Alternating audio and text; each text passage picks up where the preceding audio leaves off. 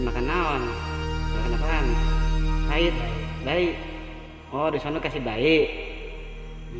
Sini mah nggak ada gitu-gituan. Aku lihat videonya sambil aku bertanya sama Ustadz itu, ini aku kenapa? Ustadz itu jawab, kamu kerasukan. Di dalam kerasukannya kamu, si makhluk ini ditugaskan untuk membuat kamu mati. Ustadznya langsung nanya, sebelumnya kamu punya masalah gak sama orang? Ini kiriman, dibilang sama ustadznya. Itu dia lihat di 15 dukun. Hah? Gila, 15 dukun. Assalamualaikum warahmatullahi wabarakatuh. Balik lagi sama gua, Badri Keclok. Gimana kabarnya teman-teman hari ini? Sehat ya? Amin ya robbal alamin. Semoga kita semua sehat. Cuaca cukup ekstrim ya, karena di Jakarta Barat ini biasanya dari pagi sampai siang tuh hujan, ntar sorenya panas, malamnya hujan lagi. Jadi tetap jaga kesehatan dan tetap semangat. Dan seperti biasa kita udah menghadirkan lagi nih salah satu narasumber. Beliau ini bernama Kak Ica. Nah, Kak Ica ini tinggal di daerah Bogor. Nah, pada tahun 2024 sampai 2025, Kak Ica ini sempat nih ngerantau ke daerah Jakarta. Dan waktu di Jakarta itu dia sempat menjadi model. Nah, ini awal mulanya nih kenapa dia bisa ngalamin kejadian horor. Nah, buat teman-teman di rumah nih yang punya kisah pengalaman horor, jangan disimpan aja. Langsung aja kirim kisahnya ke nomor WhatsApp ini nih. Kuy, kita merinding syahdu. Nggak usah lama-lama lagi, langsung aja kita gaskan. Merinding syahdu.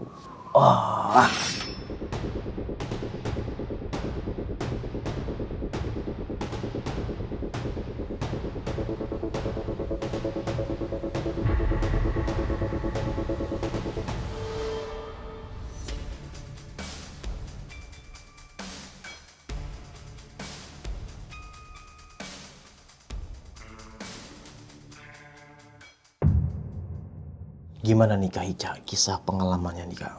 Awal mula tuh aku udah jadi model dari 2016.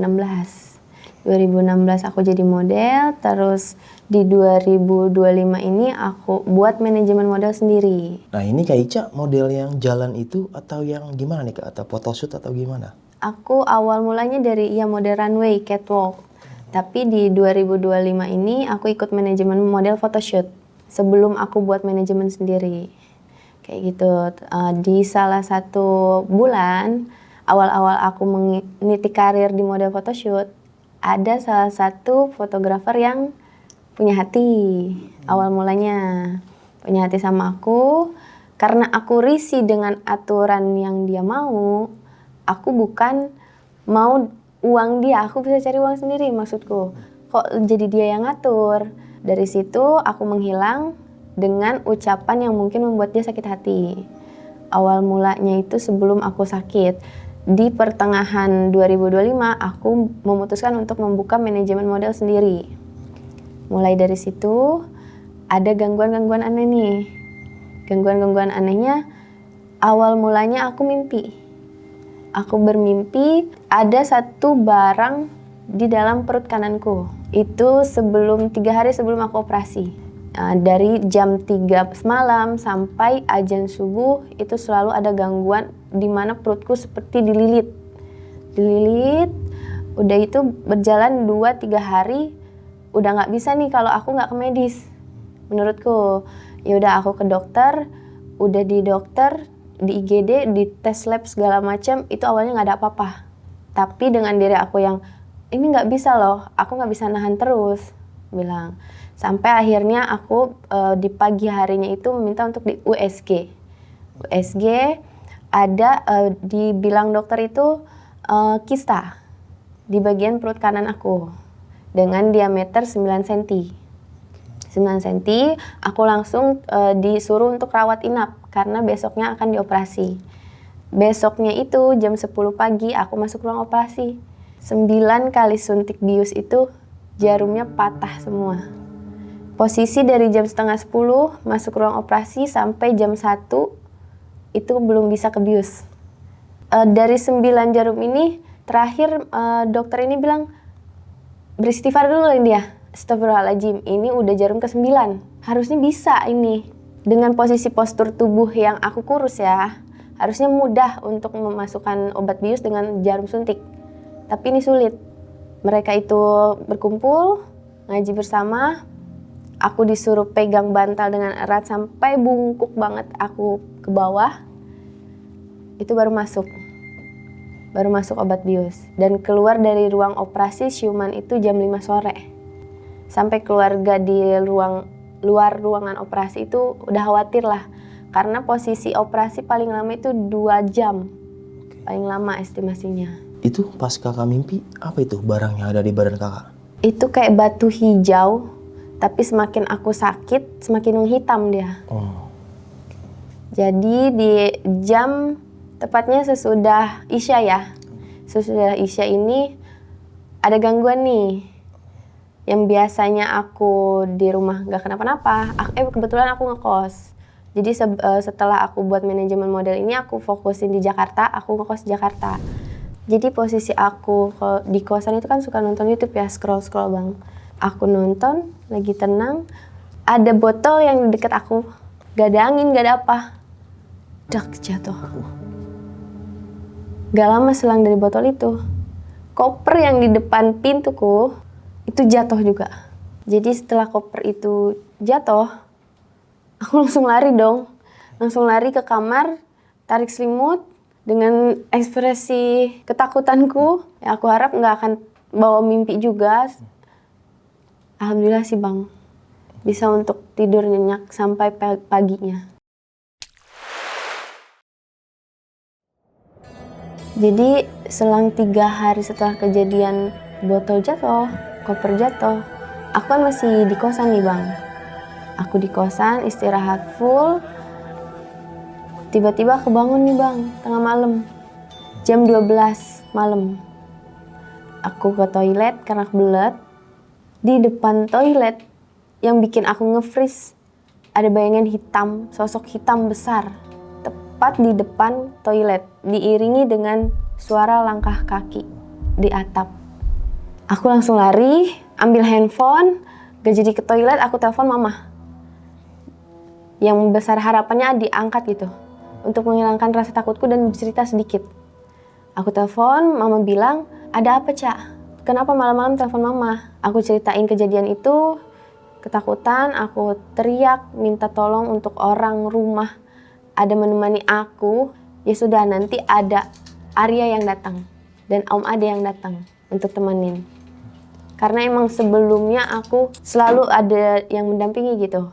Sekarang di Jakarta ini aku sendiri. Singkat cerita, di jam 8 pagi, Om dan ponakanku datang untuk menemani. Setiap aku di kosan sama mereka ngobrol, menceritakan apa yang terjadi, di jam 9 malam, aku kerasukan. Aku kerasukan, aku nggak sadar, benar-benar nggak tahu, ngeblank. Itu sempat divideoin sama om aku. Nah, pas saya sadar, saya bingung, kok ada salah satu orang yang nggak ada tadinya di sini. Bisa dibilang penampilannya seperti Ustadz lah. Aku bertanya sama Arya dan omku, ini ada apa? Badanku pun posisinya lemes gitu. Sampai om bilang, gak tahu, kita lagi ngobrol, tiba-tiba kamu seperti orang kerasukan. Udah itu om bingung katanya, harus seperti apa? Karena kamu kesurupannya yang dengan raut muka yang berbeda, jadi om cari di daerah sini tuh yang bisa untuk mengobati, untuk ngeluarin nih, kamu tuh ada apanya. Nah om dapat dari informasi warga di situ, om bawa ke kosan kamu, ya ini videonya. Aku langsung tunjukin videonya. Iya, mau ngelawan. Saya pulang, balik asal lagi. Kasih makan naon? Kasih makan apaan? Pahit. Baik. Oh, di sana kasih baik. Sini mah nggak ada gitu-gituan. Ya, pulang ya. Pulang. Aku lihat videonya, sambil aku bertanya sama Ustadz itu, ini aku kenapa? Ustadz itu jawab, kamu kerasukan. di dalam kerasukannya kamu, ini si makhluk ini ditugaskan untuk membuat kamu mati dengan tumbal bayi. Di isi videonya juga aku dengar ya emang dia dikasih makannya bayi untuk apa ya, jadi penukaran, akunya diambil mereka, mereka dikasih makan bayi gitu. Nah di situ aku bilang, kok bisa sampai ada yang mau jahat sama aku? Ustadznya langsung tanya, sebelumnya kamu punya masalah gak sama orang? Aku bilang, aku gak pernah bermasalah sama orang, aku baik sama semua orang. Tapi ini kiriman, dibilang sama ustadznya. Ini kiriman, bukan, bahkan ya maaf ya Mbak Badru, ini bukan 1-2 dukun yang dia kirim. Sampai pelosok Jawa juga ada, itu dia lihat di 15 dukun. Hah? Gila, 15 dukun. Dengan beda-beda kirimannya. Jadi di situ aku kaget sampai berpikir dan bertanya sama ustadznya, siapa yang jahat?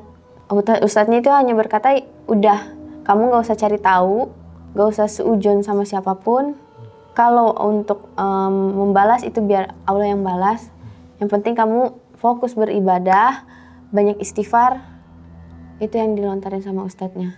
Cuman ada ciri-ciri yang ustadznya ini kasih tahu sama aku. Apa tuh? Kamu ini kan di dunia entertain. Di dunia entertain ada salah satu orang laki-laki. Kamu ingat-ingat lagi siapa yang suka sama kamu, tinggi besar, itu orangnya. Dan aku langsung keinget hal yang aku bilang dari awal sama Bang Badru, oh mungkin dia. Tapi kok bisa sejahat itu sampai mau bikin aku mati gitu. Jadi udah kita ngobrol banyak, Pak Ustadznya izin pulang. Izin pulang, Pak Ustadz pulang, di situ aku tinggal sama Om sama Arya lagi. Di selang itu Om langsung telepon Tante untuk menceritakan kejadian yang ada tadi. Tante cuma bilang, ya udah ikutin apa kata Pak Ustadz, istighfar yang banyak, istirahat. Udah beres dari kejadian semalam itu, besoknya mereka masih nginep. Omku sama Arya masih nginep. 2 hari setelah itu, di jam 2 malam lagi, itu aku ngerasain gak bisa napas sama sekali. Udah napas tuh udah sakit. Untuk manggil orang aja gak bisa. Di pikiranku masih, ini aku kenapa? Tapi aku gak bisa ngomong. Aku mau manggil Om sama Arya pun udah gak bisa. Tapi aku minta tolong, ini sakit. Cuma aku bisa begini-begini. Sampai aku minggir itu, posisi leher kananku ini kayak ada, kalau yang aku rasa ya, dari ulu hati sampai ke leher ada yang jalan seperti ular. Itu di video ada kayak segede gini, ada di leher sini.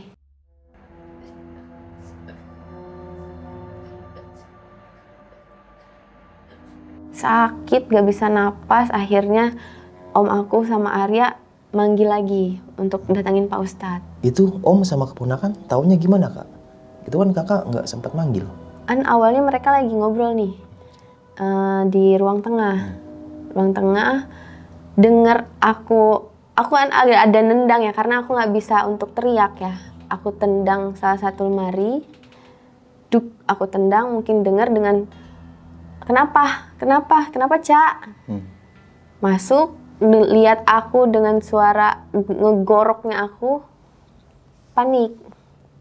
Aku cuma bisa nangis, nggak bisa napas sama sekali, udah bener-bener kayak mungkin kalau bisa dibilang sakaratul mautnya orang kayak gitu kali ya. Sakit banget, takutnya ada apa-apa lagi. Akhirnya Om bilang, sabar sebentar ya, Om cari Pak Ustadz yang kemarin, sabar sebentar. Ya udah, di situ aku cuman bisa kesakitan, nangis. Akhirnya datang, gak lama Om sama Pak Ustadz, itu aku diobatin. Nah, proses pengobatannya pun aku masih sadar. Tapi ada di mana aku ada kesurupan. Cuman nggak Om video lagi seperti yang awal. Tapi pas di kesurupan itu, aku dibawa ke suatu kayak hutan. Jadi ada sate yang digantung. Ini aku tidur nih, posisinya tidur. Tidur, di atas yang aku tidur ini ada lingkaran lingkaran kayak bambu, isinya tusuk-tusuk sate. Foto aku ada di tengah-tengah, jadi dikelilingin sama sate itu. Itu yang aku lihat waktu katanya aku kesurupan. Nah, udah aku bisa diobatin, kesurupanku udah bisa sadar lagi. Aku bertanya lagi, ada apa lagi Pak Ustadz? Kenapa makin parah? Kenapa aku selalu diganggu dengan hal-hal seperti ini? Pak Ustadz cuma bilang, kalau kamu merasakan ada yang aneh, sebelum tidur diusahakan berwudu dulu, banyak istighfar dulu. Karena memang orang ini bertujuan, ya emang malam ini kamu akan diambil. Aku ceritain, aku di dalam aku kesurupan, aku melihat ini loh Pak Ustadz. Aku ditidurin ruang terbuka gitu, hutan terbuka. Aku tidur gak bisa diapa-apain, tangan aku dikelilingin sate segala macam. Aku cerita, iya emang tujuannya malam ini kamu akan gak ada. Aku cuma gak bisa ngapa-ngapain sih. Diem, mikir, takut terjadi hal yang serupa lagi. Sampai aku bilang, aku harus gimana ya Pak Ustadz? Karena kan gak selamanya si Om sama Arya ini nemenin aku. Ustadz itu cuman kasih aku tasbih untuk ya udah zikir, banyakin zikir. Mau lagi apa, zikir aja tadi. Ya udah aku minta bantuan Ustadz juga untuk dari jarak jauh dia obatin aku ya. Ustadz pamit, aku sama Om seperti biasa bertanya-tanya, siapa sih kata Om? Siapa orang yang dari ciri-ciri awal aku kejadian itu? Aku cerita awal mulanya. Kenapa bisa jahat? Emang kamu ada salah apa? Aku nggak merasa aku punya salah. Aku cuma menghilang karena risihnya aku. Aku cuma berkata, lu nggak bisa ngatur gue. Mungkin dia sakit hati Om dengan kata-kata itu. Itu udah beres di malam itu. Alhamdulillah udah mulai membaik nih. Dengan aku tiap saat berzikir, ikutin apa yang Ustadz suruh sebelum tidur.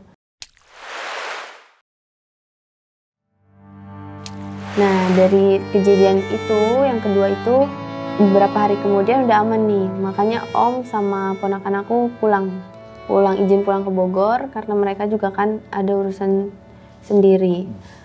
Di besoknya aku pulang photoshoot, buka pintu kosan. Dari pintu masuk ini mau ke lorong kamar mandi itu ada Om malah yang aku lihat. Itu posisi aku masih pakai tas ya Bang. Belum aku taruh, bener-bener baru masuk kosan. Ada Om masuk. Aku cuma mikir, Om masih ada atau baru datang? Karena ada dia. Aku duduk, aku taruh tas, sambil main handphone nih Bang. Gak lama ada panggilan dari Om. Aku nge-freeze dulu sebentar. Udah gitu aku angkat. Dia nanyain kabar. Gimana Cak? Kabarnya? Lah emang Om di mana? Aku tanyakan. Karena aku ngeliat Om tuh masuk toilet. Om bilang, ya Om di Bogor sama Tante. Kenapa emang? Enggak Om. Ada Om masuk ke toiletku tadi. Aku baru sampai kosan. Abis photoshoot. Gimana orang Om di sini? Aku matiin dong. Aku mau cek. Aku matiin. Aku taruh handphone. Aku mau cek dengan langkah pelannya aku. Sambil aku berzikir ya. Zikir, aku buka toilet, gak ada siapa-siapa Bang. Itu kosong, gak ada orang. Tapi ada tapak kaki dengan lumuran kayak tanah kuburan ya, tanah kuburan basah. Tapak kaki berhenti di WC. Seperti orang buang hajat tapak kakinya. Itu benar-benar kotor, tapi gak ada orang masuk. Yang aku lihat cuman Om masuk, dicek gak ada. Aku langsung merinding. Pas mau keluar toilet lagi, aku lihat di pintu toilet itu kan warna putih. Itu ada tapak tangan. Tapak tangan besar seperti ya orang dewasa, laki-laki dewasa. Tuh aku merinding, kayak berat semua di sini berat. Aku langsung ke kamar lagi ambil handphone, aku telepon Om. Cuman aku nggak berani untuk ambil foto ya. atau balik lagi ke toilet itu aku nggak berani. Om cuma nenangin, aku bilang temenin sampai Ica tidur. Jangan dimatiin ya. Ya udah, aku ketiduran, Om pun udah matiin handphone. Udah mulai hari baru lagi.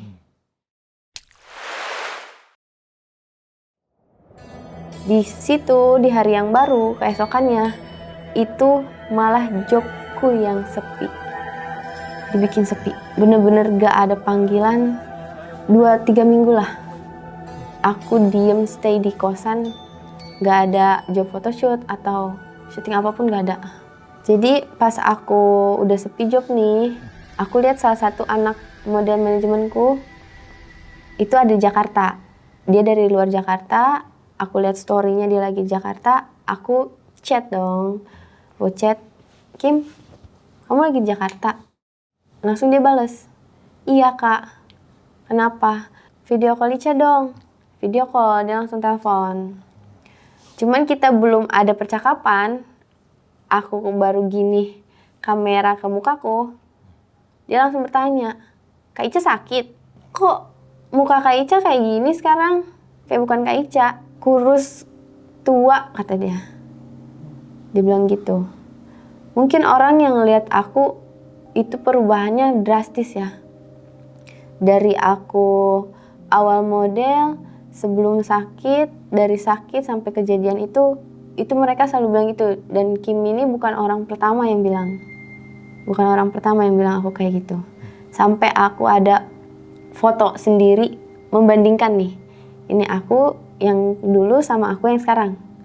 Jadi aku lihat setelah aku beres video callan, aku cerita sama Kimi, ya aku sakit. Aku ada kista. Bla bla segala macam, aku cerita. Dia bilang gini, kakak kayaknya bukan sakit biasa deh. Karena aku bercerita kan dari awal aku ke dokter sampai aku kesurupan segala macam. Kakak kayaknya bukan sakit biasa deh. Karena aku pernah ngalamin kayak kakak. Okay. Dia bilang kayak gitu. Aku pernah ngalamin kayak kakak. Coba kakak, aku kenalin deh nanti sama sepupuku. Sepupuku ini bisa ngobatin kak. Cuman dia nggak bisa kalau ngobatin sekarang, posisinya lagi sakit. Karena kalau dia ngobatin dia harus ngerokok katanya. Kayak gitu. Dia lagi batuk segala macam. Oke Kim, makasih. Kalaupun nanti bisa ketemu, nanti ketemuin ya sama Ica. Kan namanya kita ikhtiar ya bang ya. Berobat, ada yang nawarin mau kenalin ya oke. Nah selang waktu aku udah video callan, Kimi ngasih tahu kayak gitu, aku makin bengong dong. Jadi bukan salah satu anak modelku aja yang ngomong gitu. Setiap orang yang ketemu aku, lihat aku selalu bilang kayak gitu. Aku bandingin foto, aku lihat, aku slide lagi. Ini foto baru, ini foto yang kemarin sebelum sakit, itu memang beda. Aku inisiatif untuk kirim sama Om dong. Aku kirim, Om, emang aku beda ya? Beda di mananya menurut Om? Wah, Om cuma jawab, wah kok beda banget? Kemarin ketemu Om kamu gak kayak gini. Ini tatapan kosong. Bener-bener muka dibikin tua gimana sih? Orang aneh ya, keluarga sendiri pun aneh. Perubahannya cepet. Nah dari kejadian Om bilang beda, jobku pun sepi. Aku telepon Om dong. Di jam 1 siang, aku telepon Om nanya ada apa? Aku bilang, Om, Ica mau minta alamat Pak Ustadz yang kemarin dong. Om cuma jawab, kamu kenapa lagi? Enggak Om, Ica udah gak apa-apa, cuman pengen datang aja. Om kasih tahu patokannya, di sebelah ini cuman ya jarak 1 kiloan lah ya. Kilo. Om bilang, ya udah aku mau ke sana dulu ya. Aku bilang, aku tutup telepon. Aku niat datang itu sebelum maghrib, tapi kayak ada halangan terus. Entah itu hujan besar. Tapi ya niat aku udah mau datang ya aku datang. Aku datang, pas aku sampai depan rumahnya Pak Ustadz, aku ketok pintu, yang bukain pintu istrinya. Jadi aku datang sendiri bang. Datang sendiri, yang bukain istrinya. Aku bilang aku mau ketemu Bapak. Oh iya Bapak di dalam, silahkan masuk. Aku masuk. Aku ikutin dia ke dalam, aku disuruh duduk. Sambil nunggu dia si beliau ini istrinya Pak Ustadz ini nanya mau minum apa, ya udah aku sebutin teh aja. Dia masuk ke dalam, aku sendiri. Gak lama Pak Ustadz datang. Aku salim, terus Pak Ustadz bilang, ada apa Ca? Aku mulai cerita. Jadi awalnya setelah aku diobatin kesakitan itu yang di leher, aku bilang jobku sepi. 2-3 minggu ini gak ada pemasukan. Udah gitu aku sempet keluar dan bertemu orang, sampai video call orang pun orang selalu bilang mukaku beda, berubah, tatapanku kosong.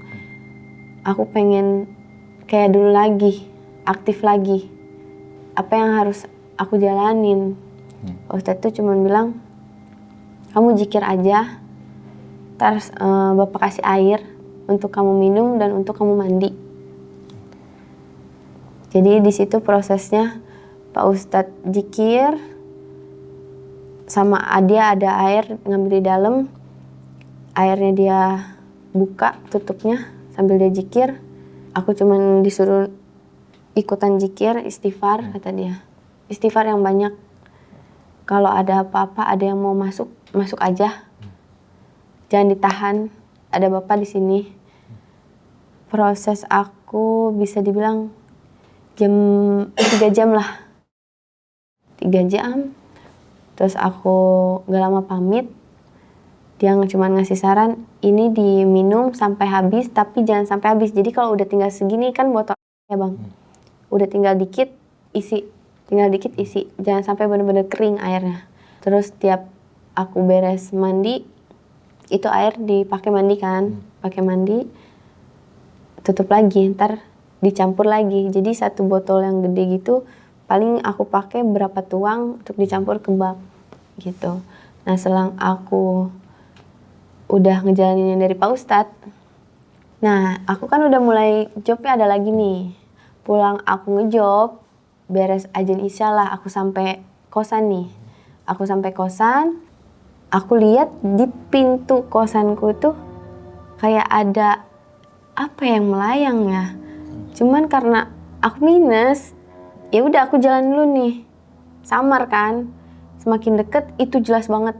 Matanya merah, posisi dia ini ngambang, terbang gitu.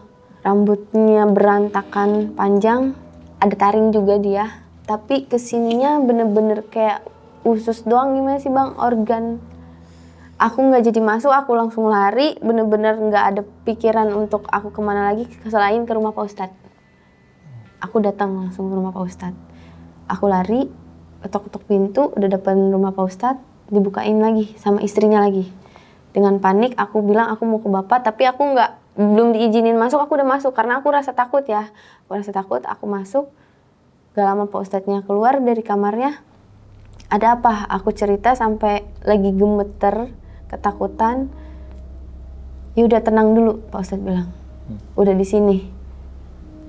Dia nanya kayak gimana sosoknya. Dan ternyata Pak Ustadz bilang itu sosok yang sama.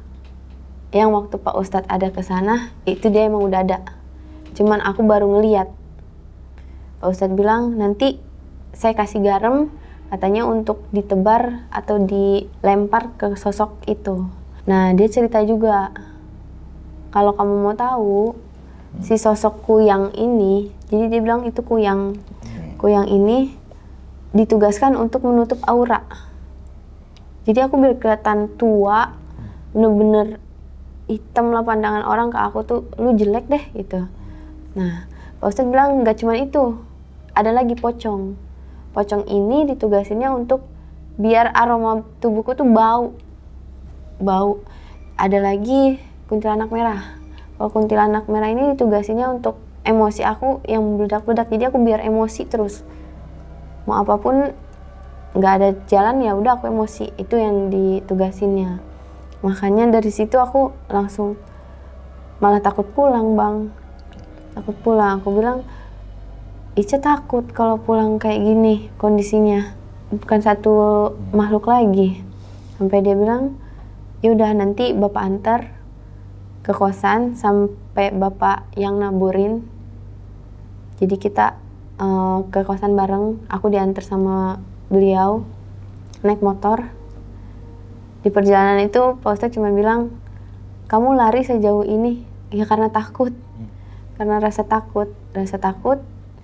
Dia bilang udah sampai nih, singkat cerita kita sampai kosan. Dia bilang jikir sepanjang kamu mau buka pintu tuh jikir. Dia diem di depan pintu sambil tabur. Emang posisinya udah nggak ada, si kuyang itu udah nggak ada. Aku masuk, tapi Pak Ustadz nggak mau masuk, aku suruh masuk nggak mau. Dia langsung pulang, ya udah aku istirahat. Nah dari situ udah aman nih semalaman. Karena aku takut kejadian yang nggak hanya di kosan, jadi besoknya itu aku kemana-mana, aku bawa garam yang dari Pak Ustadz. Jadi sewaktu-waktu ada kejadian lagi, aku tinggal lempar garam itu aja. Tapi aman nih selama seminggu. Setelah seminggu, kejadian itu terulang lagi, Bang. Pas di depan pintu kosanku, posisinya rambut panjang, bajunya merah benar-benar menutupin, tinggi besar, mau dibilang raksasa juga raksasa itu.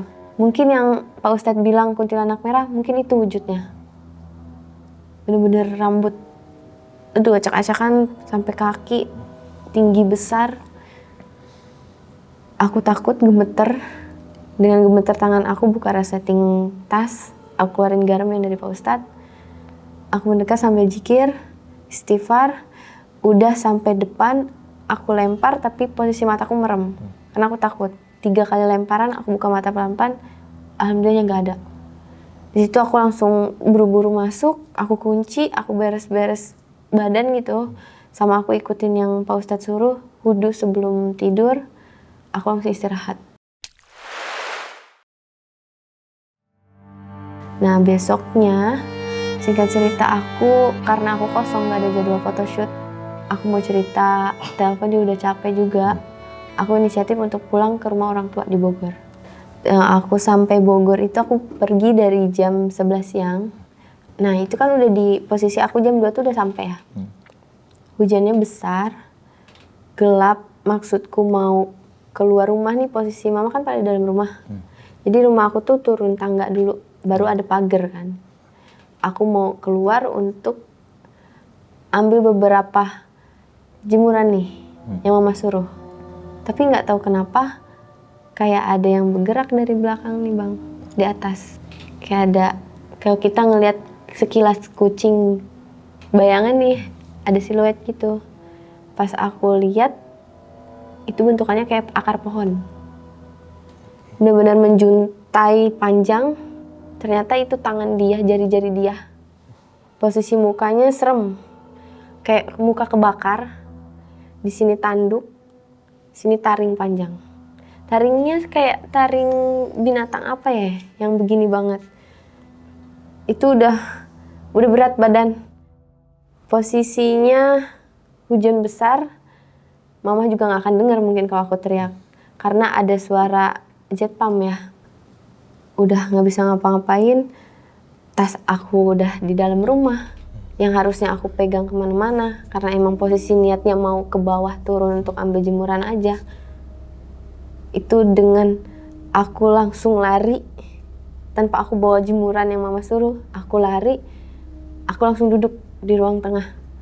Sampai mama aneh, kenapa? Aku gak bisa ngomong apa-apa, diem aja. Diem sampai akhirnya aku mau cerita, tapi mau cerita di kamar mah. Cepet ayo, ada apa sih? Lu lihat apa? Kan mama suruh ambil jemuran. Udah ayo. Karena aku takut dia ada depan pintu, aku tarik mama ke kamar. Oh cerita, ini kejadiannya yang seperti aku di kosan mah, tapi ini lebih serem.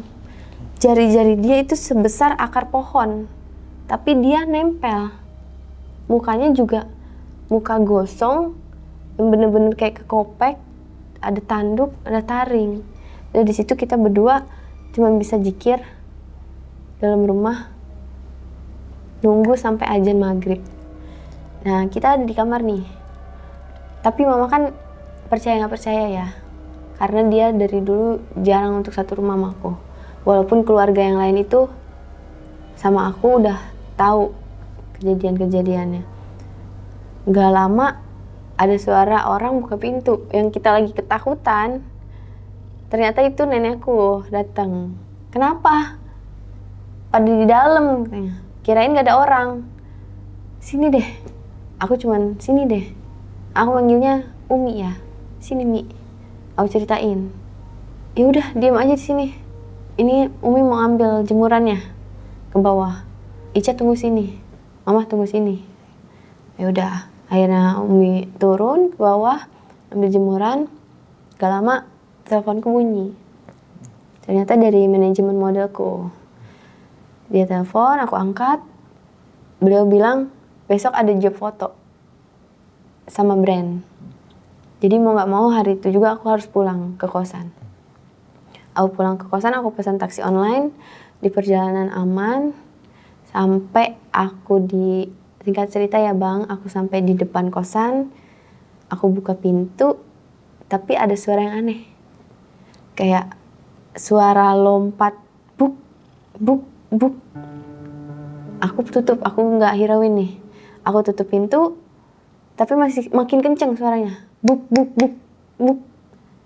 Pas aku intip dari kaca, itu bener-bener pocong, besar banget, mata gak kelihatan, bener-bener hitam.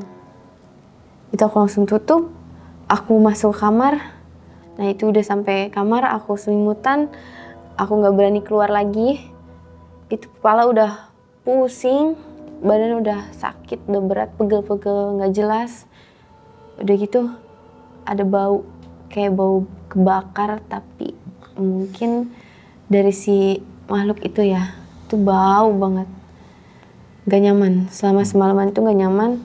Dan akhirnya aku ketiduran, dari rasa ketakutan itu tiduran sampai lah di pagi lagi. Di pagi itu aku pergi untuk job foto ya, alhamdulillahnya aman. Tapi sepulang dari photoshoot, aku berinisiatif untuk datang ke Pak Ustadz lagi untuk bercerita, dan untuk mungkin ada penangkal yang lain, karena dari garam ini tetap ada gangguan segala macam. Aku pulang photoshoot, aku langsung ke rumah Pak Ustadz pakai ojek online.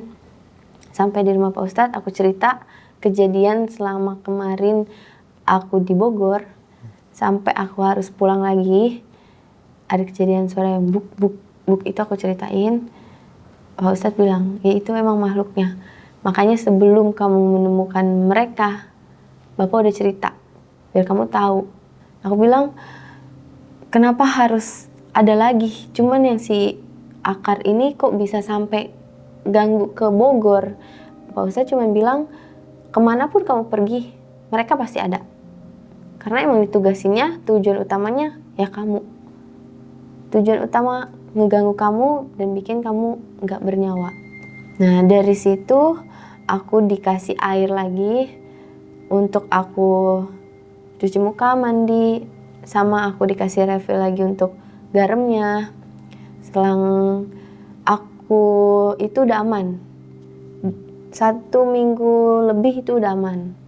Nah pas di event photoshoot model manajemenku baru kemarin itu, orang yang dari ciri-ciri Pak Ustadz kasih itu hadir tanpa diundang. Tahun ini? Tahun ini, bulan ini, itu ada. Namanya kita jadi model ya, kita nggak tahu entah dia bagaimana di sana, atau mungkin ada mantra yang dia ucap. Dengan dia melihat saya langsung aja, kita nggak tahu ya, karena aku kan profesional kalau ada di tempat photoshoot. Tanpa menghiraukan ada siapa di situ, fokusnya ke acaranya. Nah dari dia ada di lokasi, aku jam istirahatnya photoshoot lah, aku menyapa. Karena kan aku merasa nggak ada masalah sama dia ya, cuman nggak tahu kalau dia merasa ada masalah sama aku. Aku cuma nyapa, bang. Dia cuman senyum tipis, udah nggak ada jawaban. Oke aku tinggal. Nah beres event itu aku pulang, posisinya udah sakit nih tenggorokan, sakit banget, udah bener-bener kayak mau radang, sakit sampai aku muntah darah bang. Itu posisi kita beres acara subuh ya, jam 3 jam 4 sampai di kosan. Nah komposisinya aku muntah darah itu setelah zuhur.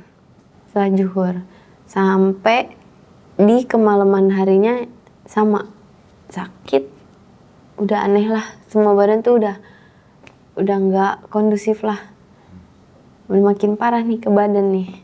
Nah jadi aku jujur ya bang, dari posisi kemarin sakit tenggorokan sampai ada keluar muntah darah, ya aku positifnya ya mungkin emang radang. Posisi sekarang aku di sini pun sebenarnya baru mendingan. Ya aku positifnya karena cuaca mungkin kayak gitu. Nah nih Kak Ica, ini kan kakak kan banyaknya ngalamin kejadian waktu di kos-kosan ya. Nah waktu di studio nih tempat kakak kerja, sempet gak ngalamin kejadian horor juga? Sempet, tapi itu kejadiannya cuman gelas pecah ya. Jadi kita lagi break untuk photoshoot, kita ngumpul nih, tiba-tiba gelas yang ada di depan kita itu jatuh, padahal posisinya di tengah, tapi geser dulu baru jatuh. Pas si gelas geser dan jatuh, itu yang posisi kita lagi ngeliat ke meja kan, karena emang depan kita meja, kita lagi break gitu untuk minum segala macam, kok tiba-tiba jatuh, nggak ada yang kabur, cuman karena bengong, apa ini kenapa, cuman ya namanya anak-anak, lu nih katanya bawa apa nih katanya, karena kan mereka nggak ada yang tahu ya soal aku, nggak ada, kayak gitu aja sih, mereka lebih kayak bercanda anggapnya. Nah terus tadi kakak bilang yang leher sakit tuh, yang kayak ular jalan gitu. Terus kalau kata Pak Ustadz sendiri, apa Kak mata batinnya dia yang gerak-gerak yang ada di leher itu? Dia ngeliat apa? Kalau aku kan ngerasanya dari ulu hati sampai sini kayak ular jalan ya. Cuman Pak Ustadz itu bilang kayak bentukan akar yang dililit sama rambut. Jadi ngejalar. Emang posisinya itu aku mau diambil malam itu. Si nyawanya itu. Makanya dibikin di sini tersumbat. Akar pohon sebesar gini yang dia bilang itu isinya rambut. Dililit rambut.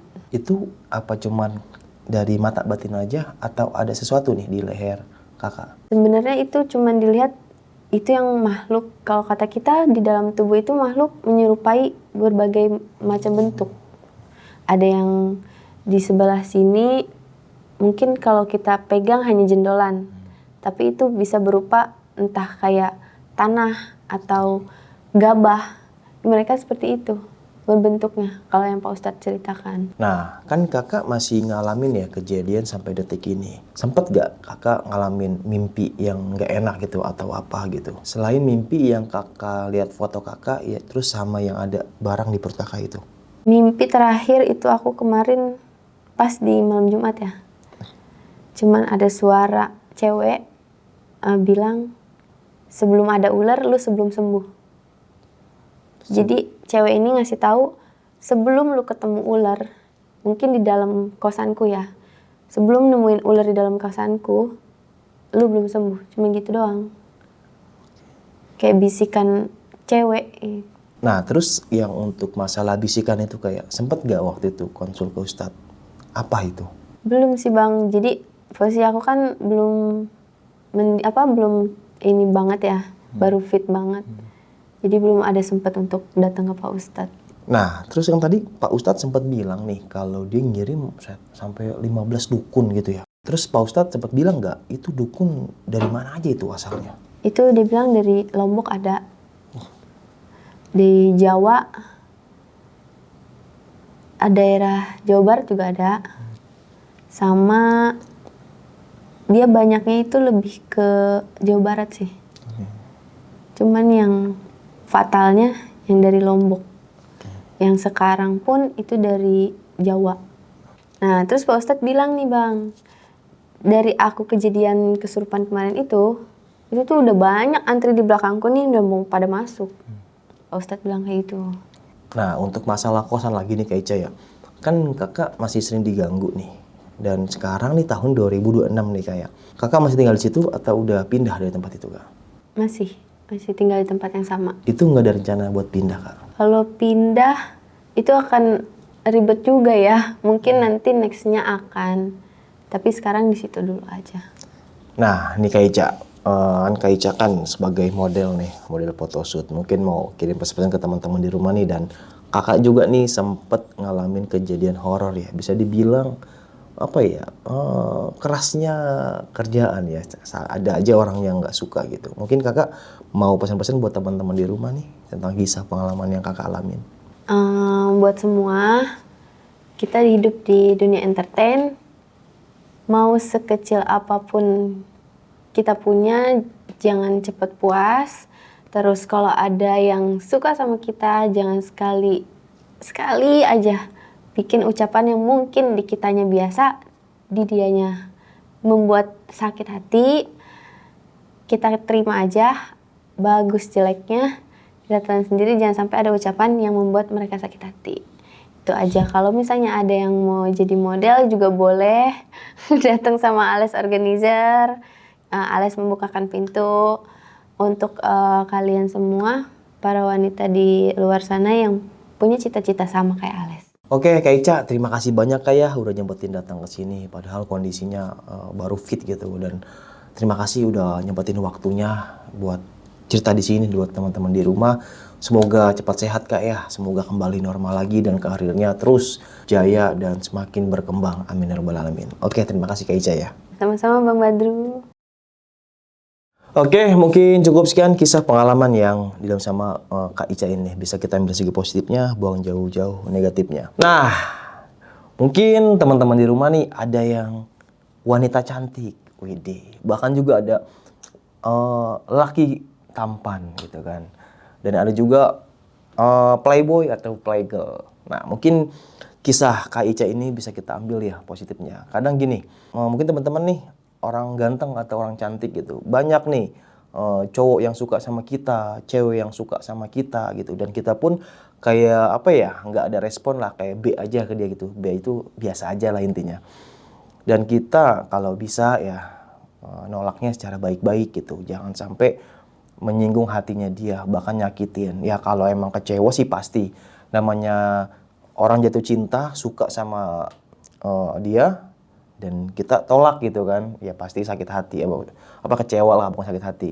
Tapi kalau kita nolak dengan kata-kata kasar, lu bukan tipe gue, lu nggak kaya, lu jelek atau dan yang lain, ya jangan kayak gitu, jangan sampai kita menyakiti hatinya. Kalau kecewa pasti sih. Gua aja dulu pernah ditolak sama cewek gitu kan, dan alhamdulillah nolak secara baik-baik. Gimana nih kata-kata aneh? Ingat banget gua kata-katanya. Bang Badru, kamu tuh udah aku anggap sebagai kakak. Aduh, kata gua, kalau mau kamu jadi kakak angkat aja. Aduh, emang sih halus banget gitu. Adek gua udah banyak, adek gua ada 3 gitu. Masa nambah lagi? Adek kandung aja kadang nggak kayak Erwan, ini nambah lagi. Padahal waktu itu gua nembak dia itu, ya pengen jadi pacar lo gitu. Kenapa? Jadi abang gitu. Tapi bagus sih. Kecewa pasti pada waktu itu gua kecewa. Tapi dia nggak nyakitin hati gua. Dan alhamdulillah komunikasi terus berjalan sampai akhirnya dia punya pacar, dan di situ gue sudah mulai agak menjauh lah, karena ya kita nggak bisa bohong ya, kita pernah suka sama orang, ngeliat dia jalan sama yang lain, itu sakitnya kayak kita nonjok tembok tapi nggak mempan gitu. Di kamar cuma bisa merenung, dan akhirnya story-storynya itu zaman Facebook ya, Facebooknya gue unfollow lah bahasa sekarang tuh di gitulah pokoknya intinya. Ya mungkin teman-teman juga nih pernah zaman-zaman mudanya ditolak percintaan, bahkan pernah nolak orang nih, bahkan pernah nyakitin gitu kata-katanya sampai gitu kan.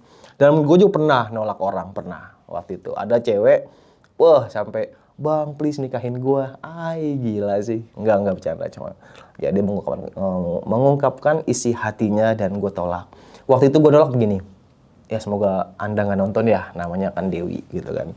Sorry Dew, kan dia bilang bang, gue suka sama lu. Idih, gue jadi curhat nih. Ya terus ya dibilang pengen lah jadi pacar gue, terus ya pengen serius lah intinya kayak gitu.